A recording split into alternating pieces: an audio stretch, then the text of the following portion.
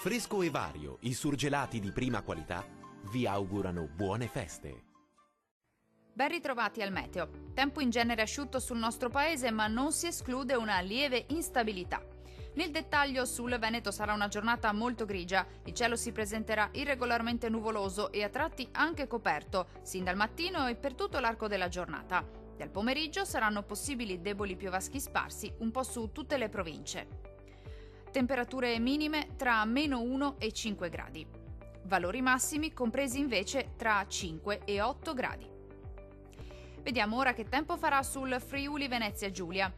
Sarà una giornata all'insegna di un tempo asciutto e stabile. Sulla nostra regione infatti non sono attese precipitazioni particolarmente degne di nota.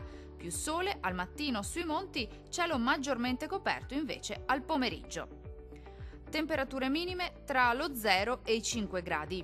Valori massimi oscillanti invece tra 7 e 10 gradi circa.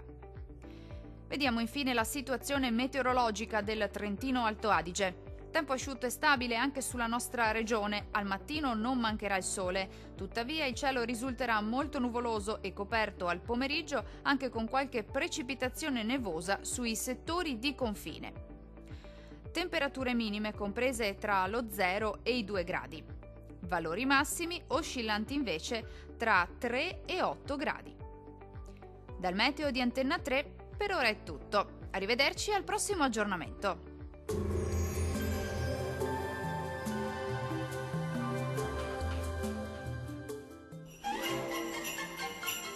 Fresco e vario, i surgelati di prima qualità vi augurano buone feste.